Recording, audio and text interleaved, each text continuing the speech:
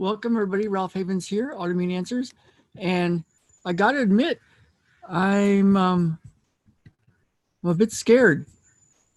I couldn't sleep much last night.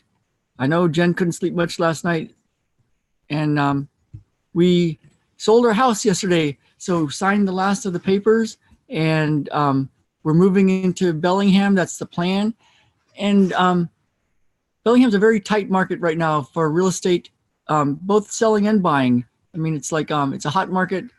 It's not a lot of inventory, so not a lot of rentals.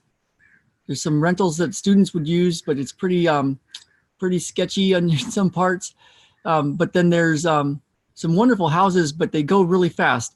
And we thought going with God and telling God, hey, we'll do anything you want. We'll jump. We jump. We do anything. Just tell us what to do. We know you're telling us. Just let us see it.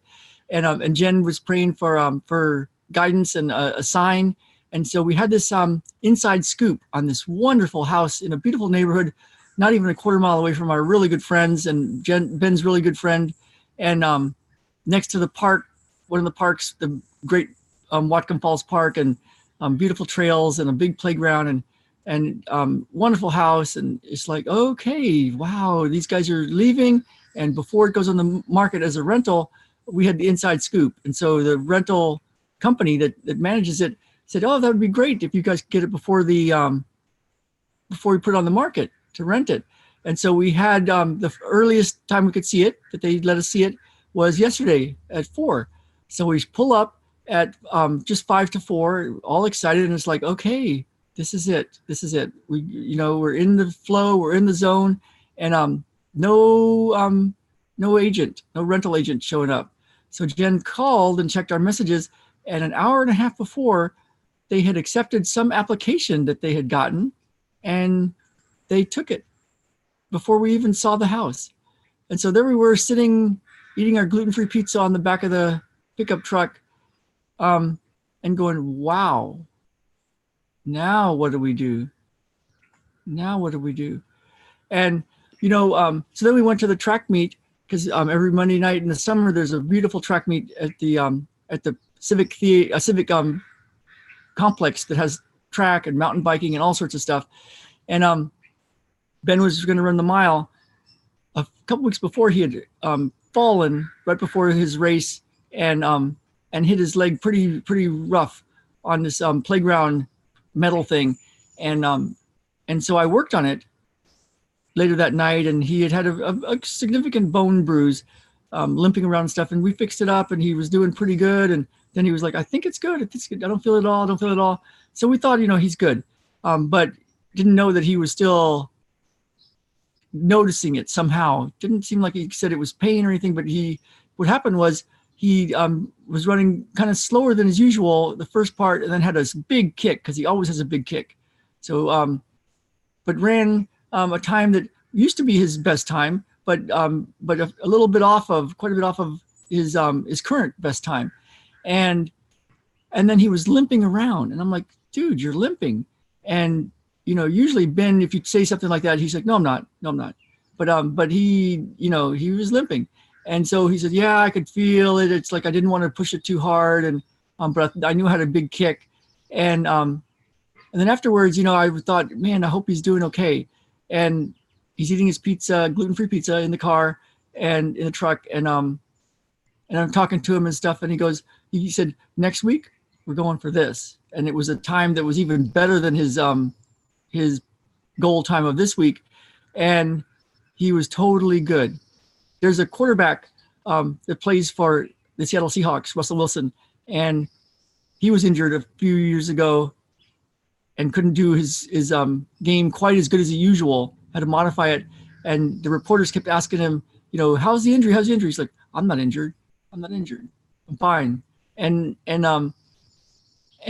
yet you could see that he was modifying the way he was playing, and he was obviously not able to run the way he usually runs. But his mind, and his coach, Pete Carroll, and him, when they're down and they're, it's in the last minutes of the game and it looks like they're not going to win, and they're really scrambling, and it's like they're trying their best to like overcome great odds. They they've been known to look at each other and say, I love this stuff. I love this stuff. You know, they're down and it's like they're struggling and it's like, oh man, this is a big challenge. And they love it. They love it. And so what yesterday it pushed my buttons, you know. When I was growing up, I was always like, not, you know, you don't have to feel sorry for me, but I was, you know, I had the bed in the water heater room and I had the bed in the second little living area that was just cordoned off with a bunch of boxes that were just like for storage and stuff. And I was, that was my bed. And I always used to just dream of like a house where, you know, I would see houses when I was running. I'd do a lot of running. And in the evening, the lights would come on and the sun would go down. I'd be running and I'd see these houses with these lights on. And I just thought, oh, a family's in there, you know, they're enjoying their life and their family and their home. And I think it's one of the driving things of what I'm doing, you know, having enough resources and love and time and money to take care of my family the way I want to. And so yesterday it pushed my buttons. It pushed my buttons because it's like, okay, we sold the house. We're out of here. We can't stay here past August 15th. We were ready to move. And this wonderful house came up that looked like a total miracle. And then it was just like, whoop, it's not there. Go look around now. And so, so as I was doing my morning meditation and Qigong and all that stuff, I realized, you know, all these struggles, the challenges, the big challenges, you know, when we think of what we want, we don't have what it takes to do that. We don't have it. We don't have it. We don't have the training. We don't have the knowledge. We don't have the skills. We don't have it. It's in the challenge that we are born. It's in the challenge. That is the training, right? So that's been my experience. And it's like, it hit me like, wow, this is awesome, man. Yikes. Here we go. Here we go. It's pushing all the right buttons, all the things that I've been, my heart's desires, the things I've wanted for so long. And probably why I work so hard. And there it is. So I really believe it's in the challenge that we are born, that we are sculpted. And then it's like, how do you do that? So you know, I pray to Jesus. I use Qigong, wisdom healing Qigong. I use matrix energetics. I use everything I got. And I look for the guidance because it is there. You know, Jen had asked God a prayer before we started the day yesterday.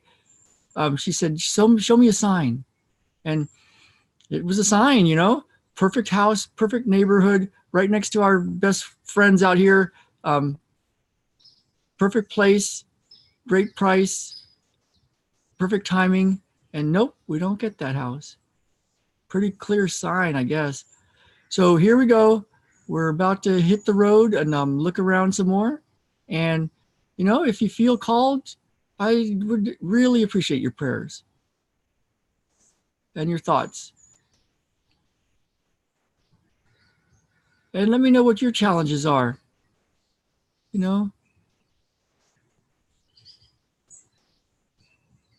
with all the, you know, the Thursday Beyond Limit session and the Friday video session that we do, everybody with us on all of our lists and stuff, the email lists and things. We're all in this together. So, yeah. So I hope this finds you well. And let's get out there and live. Let's really live. All right, everybody.